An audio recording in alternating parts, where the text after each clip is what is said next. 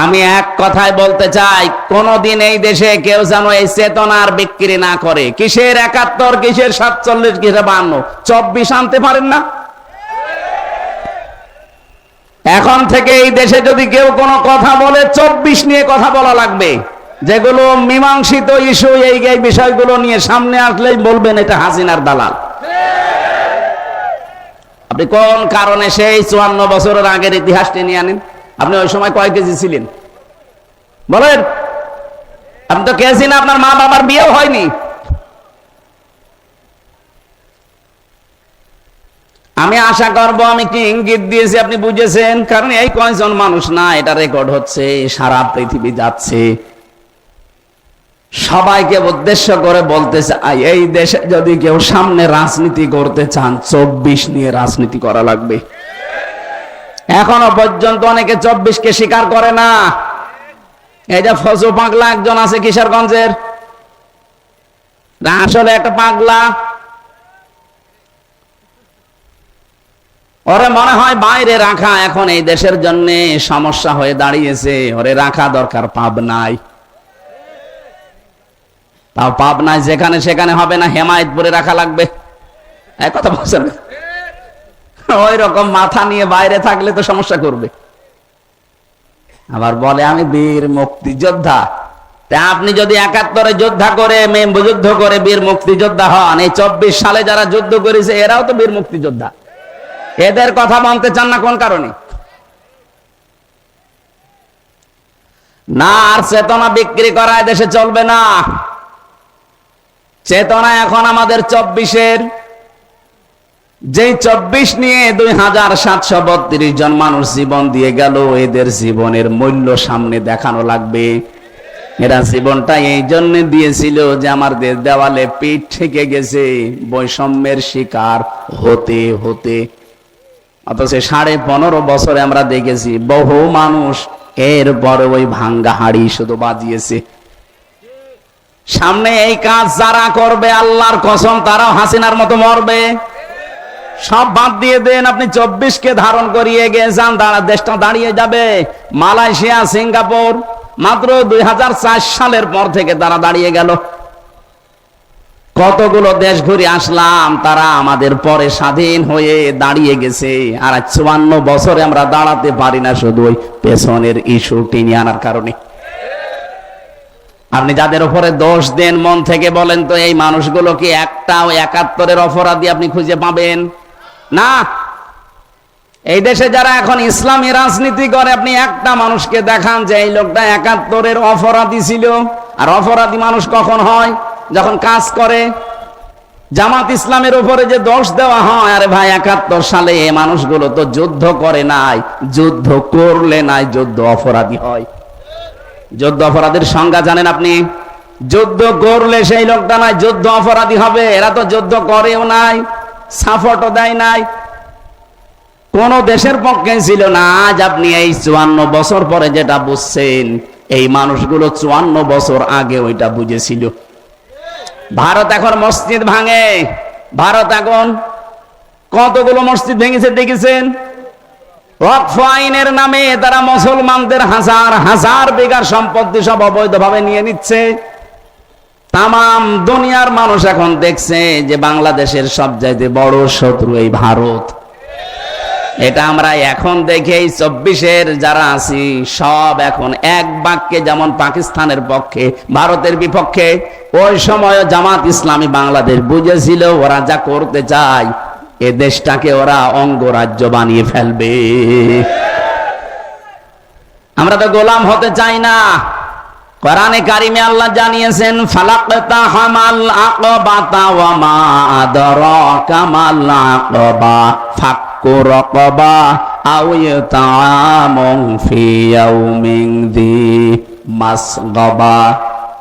হে নবী, ওরা কিন্তু গিরিপথে যেতে রাজি না, অথচ কঠিন গিরিপথের ভেতর দিয়েই পার হয়ে সফলতা অর্জন করা লাগে। এখানে আকাবা গিরিপথ কি? কঠিন কঠিন সময় জীবনে আসবে, কারণ মানুষকে কঠিন সময়ের ভেতর দিয়ে আল্লাহ বানিয়েছেন। লাকাদ খালাকনাল ইনসানা ফি কাবাদ। আল্লাহ বলেন মানুষকে কষ্ট ক্লেশ সহ্য করে করে এ পর্যন্ত ওর জীবনে কোনো দিন কষ্ট সারা কাটেনি। বাবা যেদিন বীর্যটা ফেলে দিয়েছে ওই দিন থেকে ও আরম্ভ করেছে একেবারে মরণ পর্যন্ত ওর এই খাবার থাকবে। আপনি চিন্তা করে দেখেন, যেদিন বাবা আমাকে ফেলে দিয়েছে ওই দিন থেকে এক ফোঁটা বীর্যের ভেতরে কম পক্ষে 40 কোটি হামজা তৈরি হওয়ার ক্ষমতা ছিল। আমরা সবাই ওই দিন দৌড় দেওয়া আরম্ভ করেছিলাম মায়ের ওই রেহেমের ভেতরে, কিন্তু কেউ জরায়ুর দেওয়ালের সাথে ধাক্কা লেগে পড়ে গেছে, কেউ যেতে পারেনি। সর্বশেষ আমি ওই পর্যন্ত পৌঁছিয়েছি, হয়তো আমার মতো আরো কেউ পৌঁছাতে পারে। মায়ের রেহেমের ভেতরে জায়গা যদি থাকে, বিজ্ঞান প্রমাণ করছে একবারে 40 কোটি সন্তান ওখান থেকে হওয়া সম্ভব, কিন্তু জায়গা যেহেতু নেই, এই জন্য হয় একটা, হয় দুইটা, হয় পাঁচটা, হয় সাতটা, হয় 13টা পর্যন্ত এই পৃথিবীতে 13টা সন্তান এক মহিলায় একবারে জন্ম দিয়েছে ক্যালিফোর্নিয়ায়। একটাই মহিলা 13টা সন্তান একবারে জন্ম দিয়েছে, এর উপরে আর পারে নাই দুনিয়ায় কেউ। আমার মনে হয় মহিলার পেট না, ও একটা গোলা ছিল। 13টা বাচ্চা, আপনি হিসাব করেন তো। এখান থেকে আল্লাহ যদি আমার ধাক্কা দিয়ে ফেলে দিত যে তোর আর দুনিয়ায় সে কাজ নেই, যা এখান থেকে পায়খানায় চলে যা, টয়লেটে চলে যা, আসতে পারতেন নাকি আল্লাহ পারতেন না?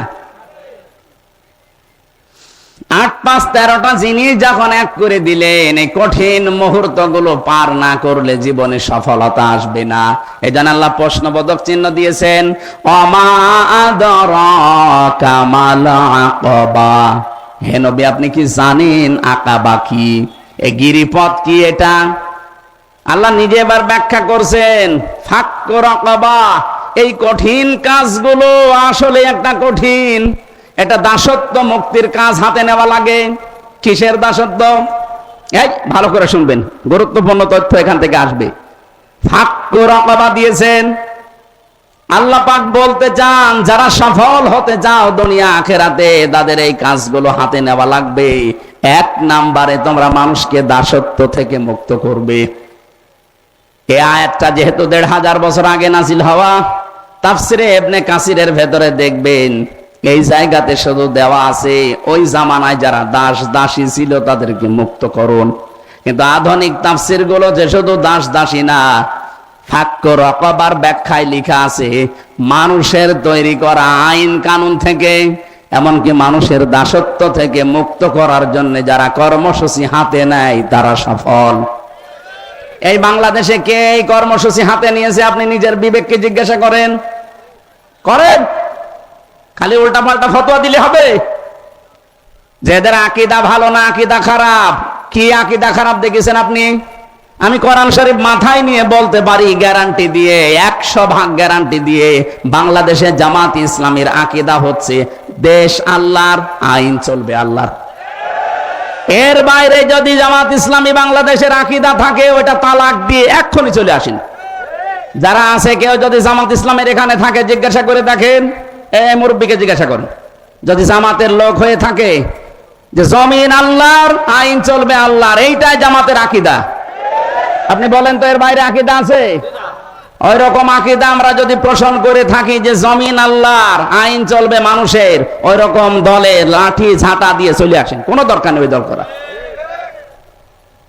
আমরা চাই মানুষের তৈরি করা আইন কানুনের দেশে আমরা থাকতে দেব না। কি কথা বললেন না কেন? আপনি আমেরিকার দিকে তাকান, ওরা জাতে মাতাল হলেও কিন্তু তালে ঠিক আছে। আজ 236 বছর চলছে আমেরিকা, আজ পর্যন্ত কোরআনের একটা আয়াতের বিরুদ্ধে ওরা রাষ্ট্রের ব্যাপারে একটা কাজও করে নাই। সূরা নেসা 5 নাম্বার পারা 2 নাম্বার পৃষ্ঠার 11 নাম্বার লাইনে 34 নাম্বার আয়াতের প্রথম অংশে এই শব্দটা আজ 234 বছর আমেরিকা মেনে চলে, এই জন্য দাঁড়িয়ে আছে। আপনি দেখবেন আয়াতটা পড়ে লেখা আছে, আর রিজালু কাওয়ামুনা আলান নিসা, পুরুষ হবে নেতৃত্বদাতা, মেয়েরা হবে তাদের আজ্ঞাবহ। ওরা আজ 236 বছর এটা মানছে, এই জন্য আজ পর্যন্ত কোন মহিলা ওদের প্রধানমন্ত্রী হতে পারে নাই। জাতে মাতাল হলো তাহলে ঠিক আছে, ডোনাল্ড ট্রাম্পের মতো একজন মাতালকে তারা বসিয়েছে। এক কথা বলছেন না কেন? কিন্তু কমলা হ্যারিসের মতো এত বড় একটা শিক্ষিতা মেয়ে, এই পৃথিবীতে যদি 1000 বিশ্ববিদ্যালয় থাকে, আপনি র্যাঙ্কিং করবেন, মার্ক করবেন কোনটার পরে কোনটা। আমি আন্তর্জাতিক বিশ্ববিদ্যালয়গুলো গিয়েছি, যে তারা 1 2 3 4 5 হয় কি করে। বাংলাদেশে কতগুলো বিশ্ববিদ্যালয় আছে বলেন? এই তামাম দুনিয়ায় 257টা দেশ, 257টা দেশে যত ভার্সিটি আছে, যত বিশ্ববিদ্যালয় আছে, 1000 বিশ্ববিদ্যালয়ের তালিকা করা হলে বাংলাদেশের একটাও পাওয়া যায় না। মালয়েশিয়ায় কতগুলো আছে, মাত্র একটা পাওয়া গেছে। আমি চিন্তা করলাম যে মানুষগুলো কি করে, কি এরা র্যাঙ্কিং আমরা যেতে পারি না কেন? যতগুলো দেশে গেছি আমি, আগে যাই কোন ভার্সিটিতে, তাদের গবেষণাগারে, লাইব্রেরিতে, আগে দেখি যে এখানে কি হয়। ওই মানুষগুলো তাহলে কি পড়াশোনা, কি চিন্তা ভাবনা, কোন স্তরে আছে তারা।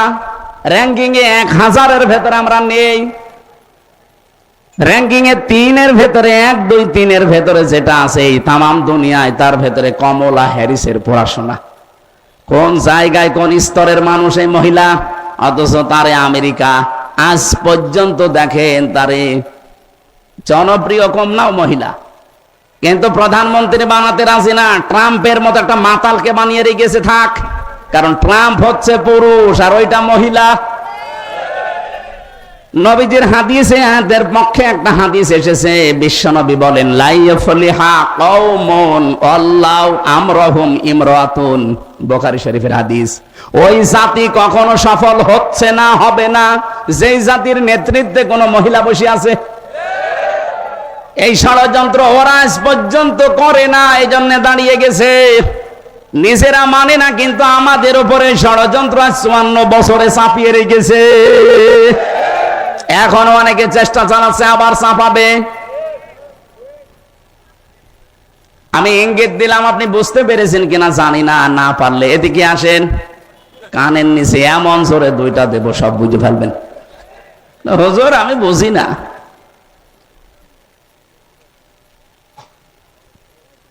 মেয়েরা যদি জায়গা মতো চলে যায়, আর আমরা পুরুষ মানুষ যারা, ওরা যদি আমাদের সামনে থাকে, বলেন তো বিশ্বনবী মুহাম্মদুর রাসূলুল্লাহ এমনি এমনি কথা বলেন নাই? উনি কি বলতে পারতেন না যে আমার ইন্তেকালের পর আমার সবচাইতে আদরের মেয়ে ফাতেমা আমার চেয়ারে বসবে? কেউ নিষেধ করতো? কেউ নিষেধ করতো না। তা আপনি কোথায় পেয়েছেন এই ভণ্ডামি? এই জন্য আমরা আগামীতে চাই যারা আমাদের দায়িত্বে আসবে তারা যেন পুরুষ হয়। বলেন, শুধু পুরুষ মানুষ হলে হবে না, সৎ হওয়া লাগবে। বহু মানুষকে আমরা পুরুষই দেখতাম, কিন্তু লোকটা সৎ না।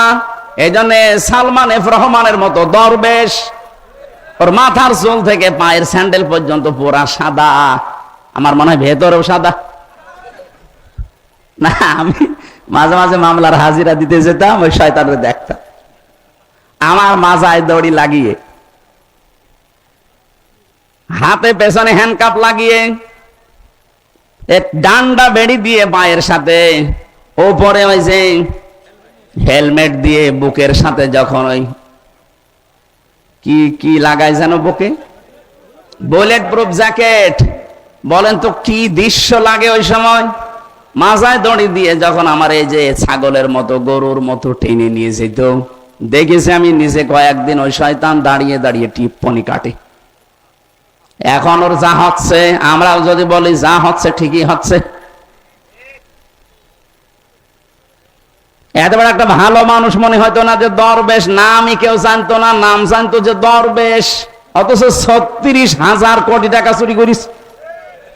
7টা ব্যাংক থেকে 36,000 কোটি। আমার মনে হয় মুরব্বীকে যদি আপনি এখন গুনতে দেন, ও গুনতে গুনতে জীবন শেষ করে ফেলবে, তাও টাকা গোনা শেষ হবে না। আপনি কি 2-1 টাকা মনে করছেন? 36,000 কোটি। আমার তো এই নাম শোনার পরে নিজে মনে হয় অজ্ঞান হয়ে যায়। অথচ একটা দরবেশ যদি এত টাকা চুরি করে, আর যেগুলো ধরবেশ, দরবেশের বেশ ধরেছিল, তারা কি করেছে আপনি টের পাচ্ছেন নাকি? দেশটা যে ফোকলা হয়ে গেছে এমনি না। এই দেশে যদি এখন কেউ জন্ম নেয় তার মাথার উপরে 1,10,000 টাকার ঋণ। কি বানিয়েছে বলেন? এখন একটা জন্ম দেবেন, ওর মাথার উপরে 1,10,000 টাকা অলরেডি ঋণ। ঋণের বোঝা নিয়ে দুনিয়া আসতেছে।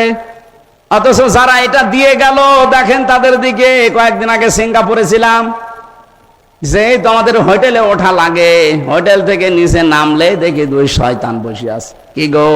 বলছো হুজুর আমি আগেই পালিয়েছি। আপনি পালালেন কেন? আপনার না 620টা বাড়ি। একটা মানুষের যদি 620টা বাড়ি হয়, আপনি চিন্তা করেন তো কত বড় দুর্নীতি করিস। এই পদ্মা সেতুর হিসাব এখন আসতেছে। এটা যেই খরচে বানিয়েছে, ওই খরচ দিয়ে 3টা পদ্মা সেতু অলরেডি করা যায়। তাহলে আমার মনে হয় যে চাঁদপুর থেকে যে সেতুটা এখন বানানোর জন্য চিন্তা চলছে, রাজবাড়ী গোয়ালন্দ থেকে যে সেতুটা বানানোর চিন্তা চলছে, পদ্মা সেতুর টাকা দিয়ে এই 2টা সেতু হয়ে যেত যদি মারিং কাটিং না হইতো। এজন্য সৎ মানুষ লাগবে, বিধান লাগবে আল্লাহর, মানুষ লাগবে সৎ।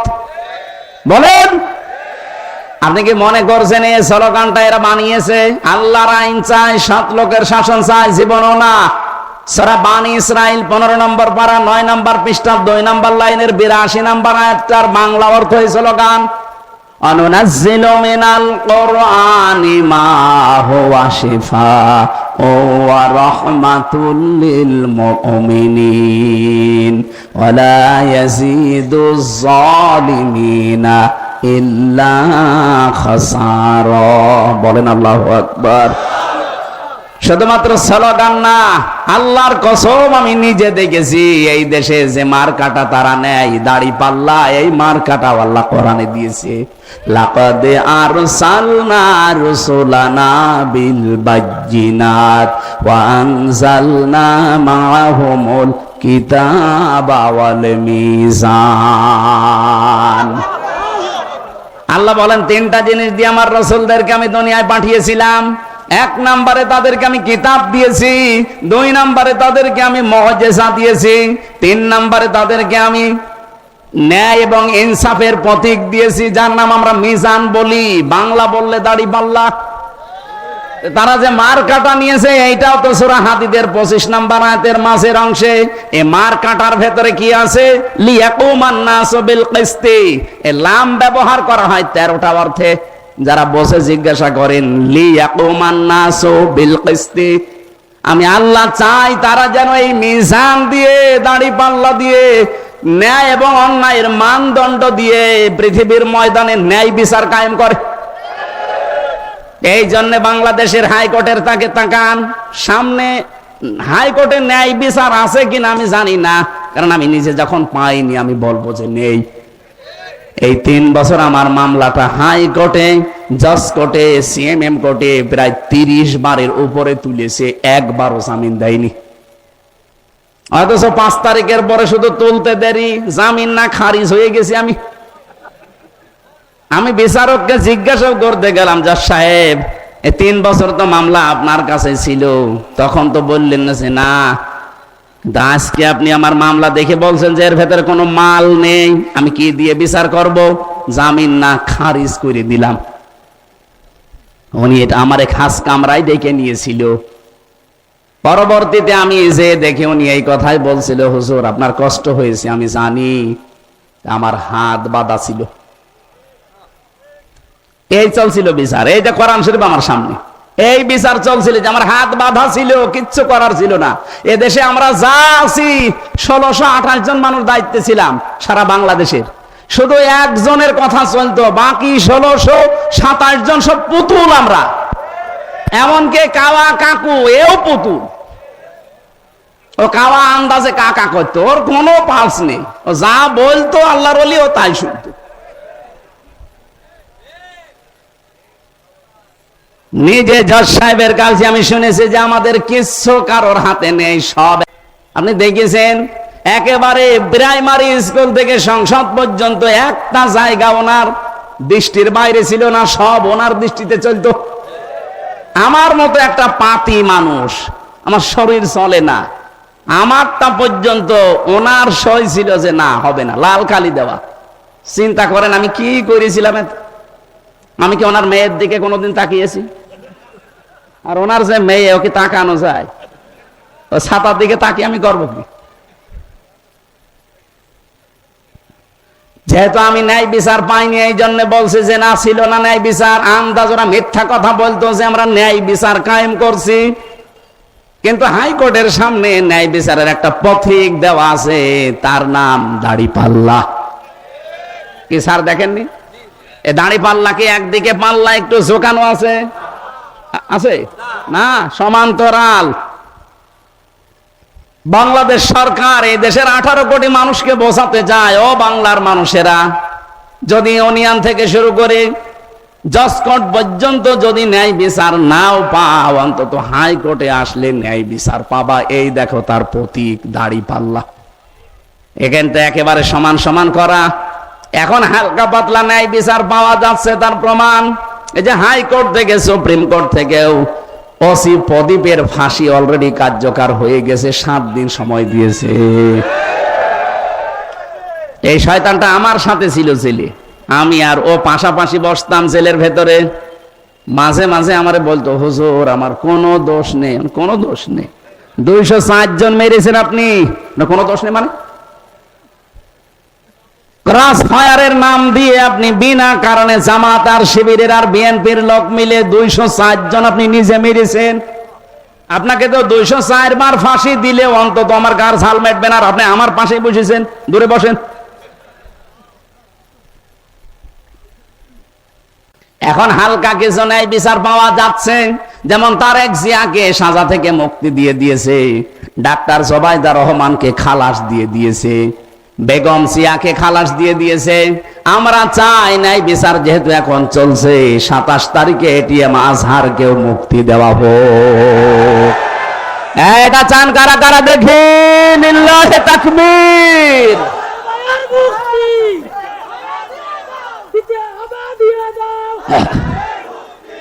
একটা মাজলুম মানুষ, আমি নিজে যাই কয়েকদিন মিশতে পেরেছি তার সাথে, তার যে ঈমান এখনো শক্ত।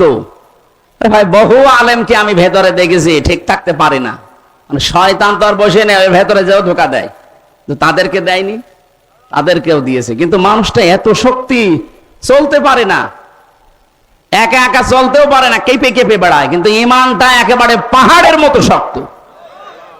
আমি যেই কয়বার দেখা করতে পেরেছিলাম, আমারে বলছে, হামজা জীবনে কোনো দিন যেন মাথা নত না করি, এই দোয়াটুকু করবা, আর আল্লাহ যেন আমাকে শাহাদতের মরণ দেয়।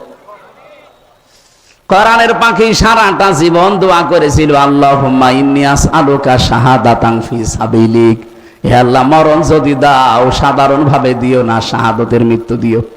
আল্লাহ কবুল করেছেন না করেন নাই? ওরা বলে উনি মরে গেছে। কে বলেছে মরে গেছে? আপনারা মেরে ফেলেছেন। কিচ্ছু করা লাগবে না, শুধু ডাক্তার মোস্তফা জামানকে ধরে 2টা ডিম দেন, ওই একবারে সব বলে ফেলবে।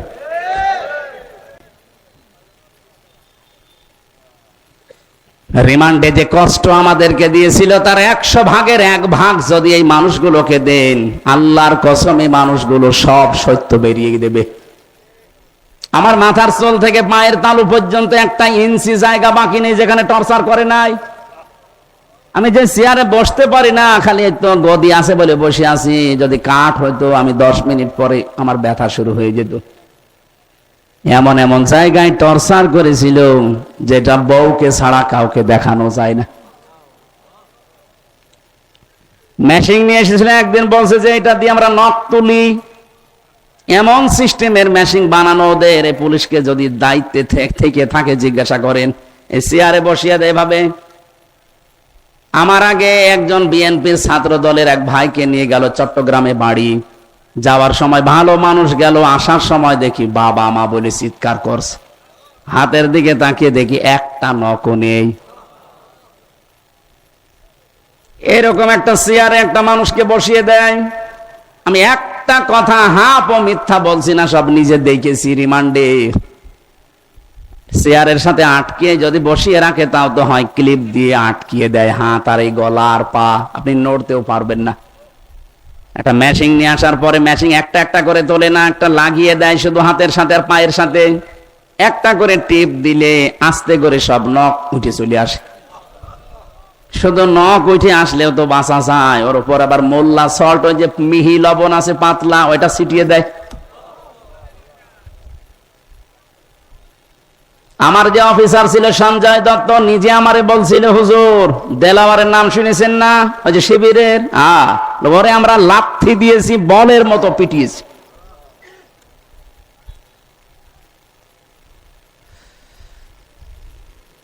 দাড়ি পাল্লার প্রতীক শুধু আমরা দেখতে পাচ্ছি, কিন্তু ন্যায় বিচার আজও পাইনি। আমার মন ডেকে বলে, এবার যদি সত্যিই দাড়ি পাল্লা আমরা দেখতে পাই, আমরা চাচ্ছি যারা দায়িত্বে আছে, ন্যায়ের এই পথিক, এই দাড়ি পাল্লা এবং নিবন্ধন ফেরত দেওয়া লাগবে।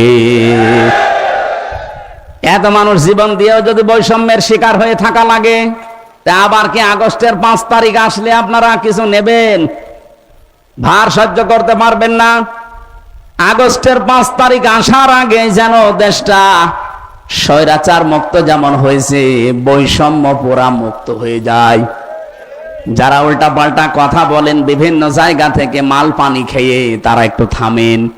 আমরা জানি দেশের মানুষ এখন আর পাগল নেই, আগস্টের 5 তারিখের আগে নেই। হা করলে আমরা বুঝে ফেলি হয় হালসা নাই হাসাদা। কথা বলেন না কেন? আপনি বাঙালিকে আর কতদিন হাইকোর্ট দেখাবেন? সবই যখন হয়ে যাচ্ছে, আমরা চাই আগামীতে এই ন্যায় বিচারটাও যেন এদেশে কায়েম হয়। এই জন্য আল্লাহর আইন শুধু হলে হবে না, আল্লাহর আইন পালন করার জন্য সৎ লোক লাগবে। ডাক্তার সুলতান আহমেদের মতো মানুষ সামনে 300 নির্বাচিত হবে। এর ভেতরে 151 জন যদি এমন তৈরি হয় যারা কোরআন বুকে নিয়ে সংসদে যেতে পারবে। কথা বলে না কেন? 151 জন সুলতান সাহেব যদি যায় সংসদে, প্রথম অধিবেশনে যদি বলে, মাননীয় স্পিকার আমরা নামাজের বিল চাই, আমরা যাকাত ভিত্তিক অর্থনীতি চাই, উনি যদি বলে হাত তোলেন কারা চান, 300 এমপির ভেতরে যদি 151 জন সুলতানের মতো মানুষ হাত তোলে, ওই দিনই বিলটা কায়েম হয়ে যাবে। পরের দিন 18 কোটি মানুষ এই দেশে নামাজ পড়তে বাধ্য। বলেন, আপনি ভোট দিয়েছিলেন সুলতান সাহেবকে একটা, আর মানুষ নামাজ পড়ছে কত? প্রতিদিন আপনি 18 কোটি মানুষের নামাজ পড়ার সওয়াব একা একা পেয়ে যাবেন। তাহলে এটা আপনার কাছে রাজনীতি মনে হয়, দুনিয়ার কাজ মনে হয় কি করে? আপনাকে দিলে মনে হয় ভোট, আর ওনাকে দিলে মনে হয় ধর্মের নামে রাজনীতি। ভণ্ডামি করার জায়গা পান না? এরকম কিছু পাগল দেশে আছে না? তাদের কথা এইটা যে আপনারা ইসলাম নিয়ে রাজনীতি করেন। তো ইসলাম নিয়ে রাজনীতি না করলে যেটা করবেন ওটা হবে দুর্নীতি। এটা 55 বছরে প্রমাণ হয়নি। যারা ইসলামের বাইরে রাজনীতি করেছে তারা দুর্নীতি করেছে, যারা ইসলাম দিয়ে রাজনীতি করেছে তাদের রাজনীতি জীবন কত স্বচ্ছ।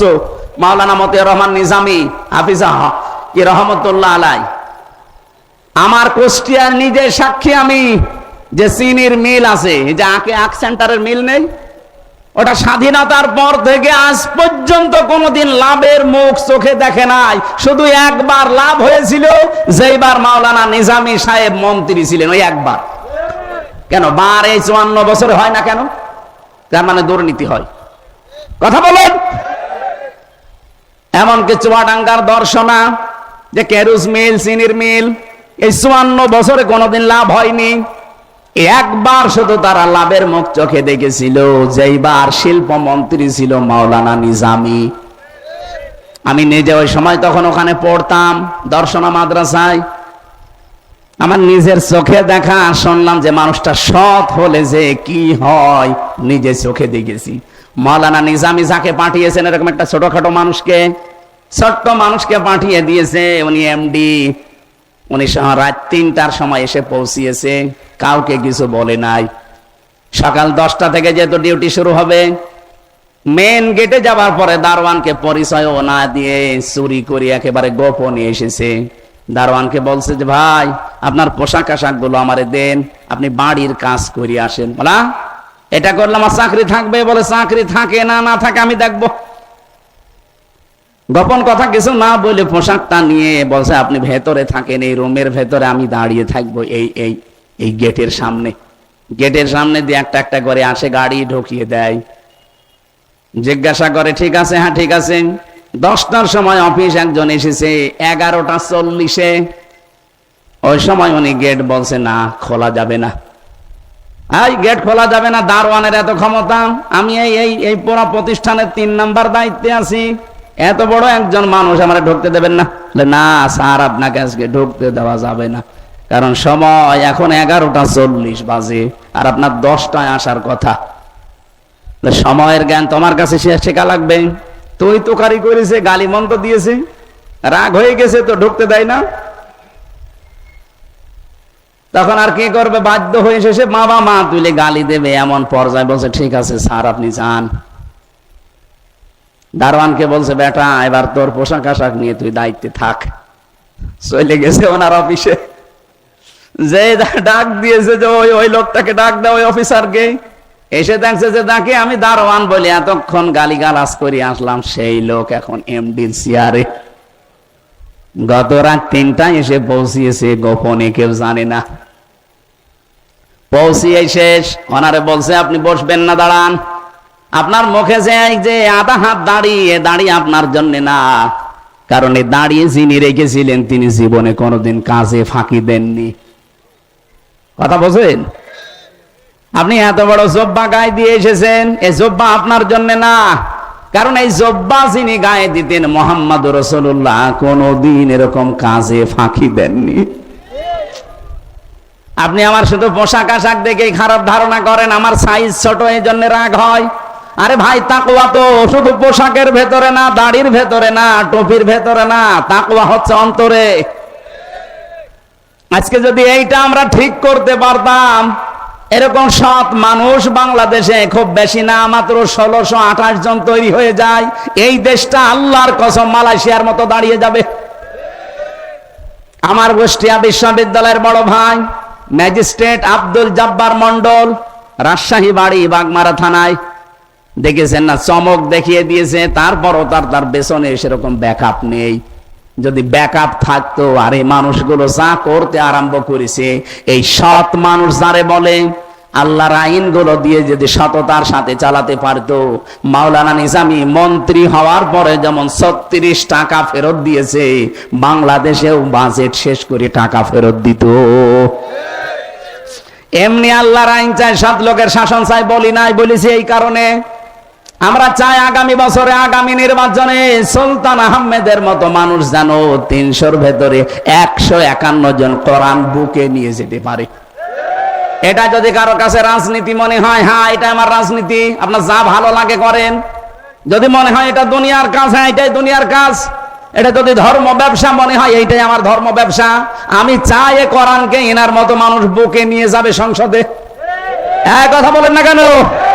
এতদিন যেতে পারেনি, এই কারণে আমরা এততে পিছিয়ে আছি। আপনি যেতে দেন, 54 বছর তো দেখলেন, যা তা একবার দেখা যায় না একটু। এবার আমরা দেখতে চাই কিনা বলেন তো? এই আন্দাজে হাত তুলবেন না, দেখতে চান যারা তারা হাত তোলেন। লিল্লাহে তাকবীর। এই দেখেন তো হাত তোলেনি কে? দেখেন না, এখন অনেকে হাত তোলেন, আমি দেখতে পাচ্ছি। ঠিক আছে, আপনার তোলা লাগবে না, আপনি ওই 54 বছরে ফিরে যান, যান।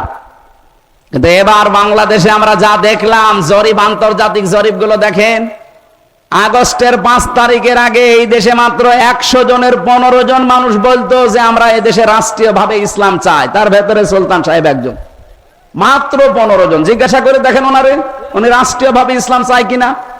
কিন্তু এখন এই যে মে মাসের, আজকে চলছে 17 তারিখ, মে মাসের 11 তারিখের রিপোর্ট বলছি, এটা আমি নিজে বানিয়েছি, মাইক্রোসফট বানিয়েছে, খ্রিস্টানরা বানিয়েছে, তামাম দুনিয়ার 257টা দেশ।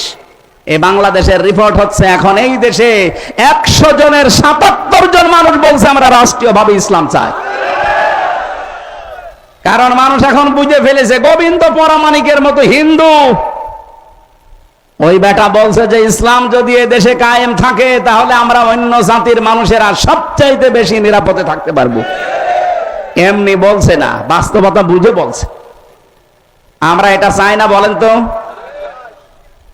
এই জন্য ন্যায় ইনসাফের পথিক এই দাঁড়িপাল্লা এই নিবন্ধন অবৈধভাবে যারা আটক করে রেখেছিলেন, হাইকোর্ট পর্যন্ত এ কথা বলছে যে পৃথিবীতে এই প্রথম নিদর্শন, অষ্টম নিদর্শন, এটা নবম নিদর্শন দুনিয়ায়, যে কোর্টের দ্বারা কারো নিবন্ধন, কারো প্রতীক বাতিল হয় এ পৃথিবীতে কোন জায়গায় আমরা শুনিও নি, দেখিও নি। তাহলে কি অবিচার চলেছে আপনি বলেন?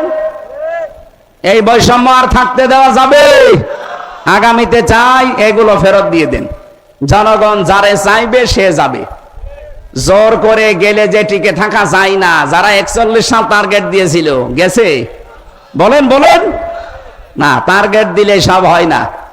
আল্লাহর আইন লাগবে এবং সৎ মানুষের শাসন এই জমিনে আমরা যদি দেখতে চাই, আল্লাহ রাব্বুল আলামিন চর্ম চোখে তুমি এটা দেখার তৌফিক দিও যে দেশটা অন্তত তোমার কালাম দিয়ে চলছে। আপনি মিনি জান্নাত হয়ে গেছে দেখতে পাবেন।